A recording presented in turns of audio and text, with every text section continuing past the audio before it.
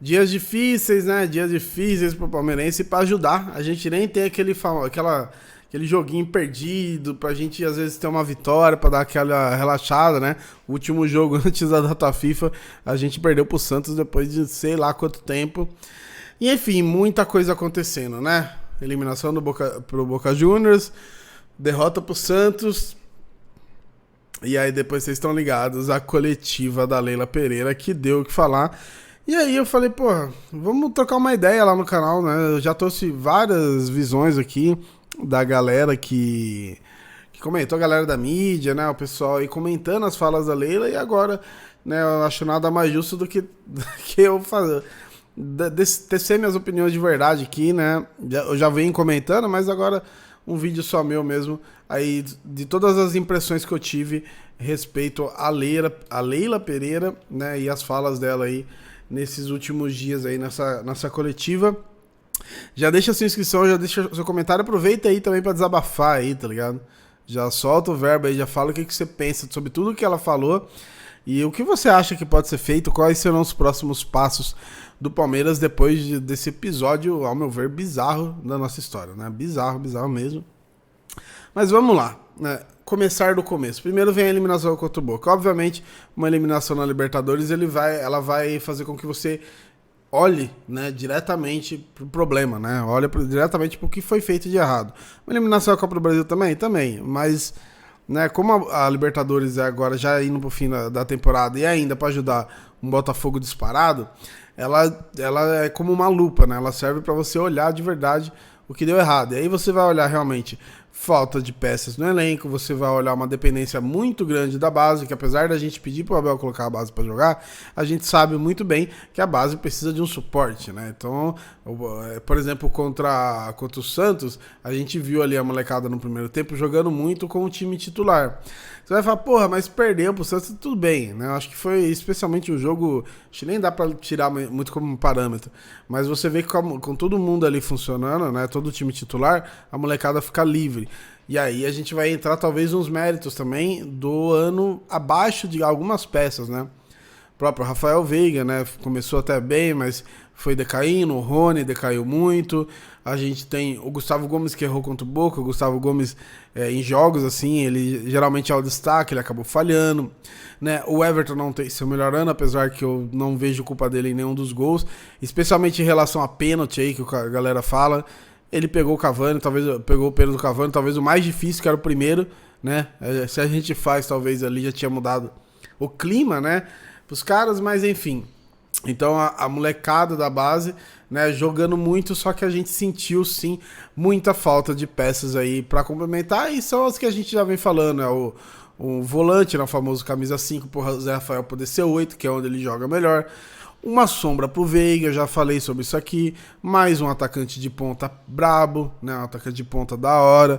Talvez um centroavante brabo também, porque os caras... O Cavani não vinha fazer... O Cavani só tinha feito um gol até fazer contra a gente. E aí fez praticamente o gol da classificação, né? Foi pros pênaltis e tudo mais, mas se não é o gol deles, tinham sido eliminados. Então, o Cavani, que estava sendo questionado, inclusive, pela própria torcida, foi lá e meteu o gol da classificação, e nada impede dele meter um gol aí do título da Libertadores no Maracanã. Então, assim, um centroavante desse, que chama a responsa, que tá ali na hora certa, é essencial para qualquer time de futebol. Para qualquer time de futebol. O Rony funcionou como 9, como falso 9 esse tempo? Funcionou. Mas qual é que é a pegada do Rony que todo mundo vê? Ele ataca espaço. O Rony não é um baita finalizador, né? Ele não é o cara que faz um pivôzão, que vai... Aquele cara que vai, tipo, mano, dominou a bola ali perto da área, você esquece, o cara vai acabar com o jogo. Não é. Mas ele ataca espaço. Ele é muito bom nisso. Só que quando o adversário percebe isso, quando o adversário se prepara para isso, ele acaba ficando nulo porque ele não tem outros recursos. Então o que a gente precisa de um centroavante com recursos, né? Então a gente sentiu todas essas faltas. Aí contra o Santos, como eu falei, não sei se é muito parâmetro, que o time jogou bem no primeiro tempo, acabou perdendo, puta jogo idiota, assim. E aí, pra cereja do bolo, Leila Pereira vem e dá aquela coletiva desastrosa, né? Falando de organizada pra caramba, e como eu trouxe aqui até outro dia, ela reclamou da organizada, e muita gente, inclusive, às vezes concorda com ela, pô, eu não gosto disso também, daquilo da organizada, mas muita reclamação da Mancha é reclamação do torcedor comum. muitas coisas que eles pedem é o que o torcedor comum. E mais, muita reclamação da Mancha é reclamação do Abel. Muita reclamação da organizada é reclamação do Abel. Então, às vezes, a Leila aproveita, né, de alguns, sei lá, protestos aí, tipo a pichação, né, aproveita de alguma, igual o Abel falou, de alguns jogadores ameaçados, e eu sei que isso é péssimo, o Brasil realmente é difícil, mas às vezes ela junta tudo isso no balaio, como que se, tipo, agora vai, a palavra vai pro saco, ela deslegitimiza todo o protesto do torcedor, né? Pode ser comum, de organizada, porque ela vai e coloca como se fosse. Aí, pô, ela trouxe até o Neto falando aqui, né? Ela me chama os caras de câncer. Não é um adjetivo, né? Câncer não é adjetivo. A gente já falou sobre isso, não tem como usar essa palavra para definir uma outra pessoa. Não tem como, nem seu pior inimigo, mano. E assim, eu desejo para você, pessoalmente, que você não tenha um inimigo na sua vida ao ponto de chamar ele de câncer. Eu não tenho inimigos hoje, não sei. Deve ter gente que não gosta de mim, isso é normal, mas inimigo, pra falar isso da pessoa, cara, é complicado. Não é da pessoa, ela falou de pessoas, né?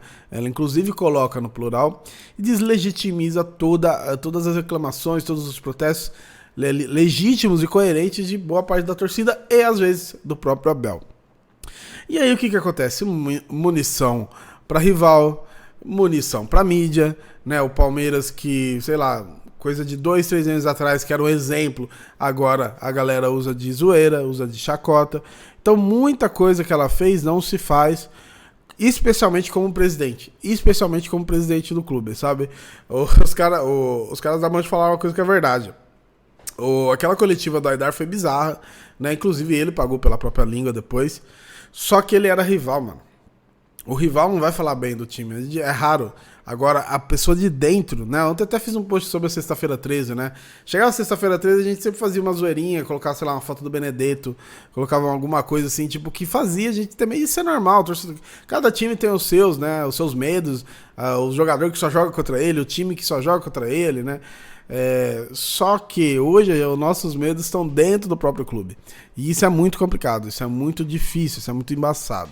E a conclusão, né, mano, depois de toda essa enrolação, depois de tudo o que aconteceu, é que, mano, torcer para que as pessoas coloquem a mão na consciência, especialmente a Leila, para entender que ela sim erra, né, independente dela ser uma empresária milionária, né, ela comete seus erros também. Deve ter cometido também já na gestão da empresa dela, normal, e comete erros no Palmeiras. E parar de tudo querer ficar, sabe, questionando. A pessoa vai lá, aponta um erro seu, mano, leva isso pra vida também. Quando alguém aponta um erro e você realmente errou, você tem que colocar a mão na consciência, tá ligado? Você tem que ver, pô, peraí. Ainda mais no caso dela, tanta gente falando, será que eles não têm razão? Será que realmente não tá tendo alguma coisa aqui pra consertar? Né? Porque assim, as falas dela não vão voltar. As palavras foram, ela falou o que tinha que falar, né? O que ela queria falar, ouviu o que tinha que ouvir, porque é o famoso fala o que quer, ouve o que não quer. Mas agora, depois disso, mano, não sei nem se, sabe, surgir pedindo desculpa, eu acho impossível ela fazer isso. Mas pelo menos, né? Colocar a mão na consciência, mano. Pensar no Palmeiras, pensar mais no Palmeiras.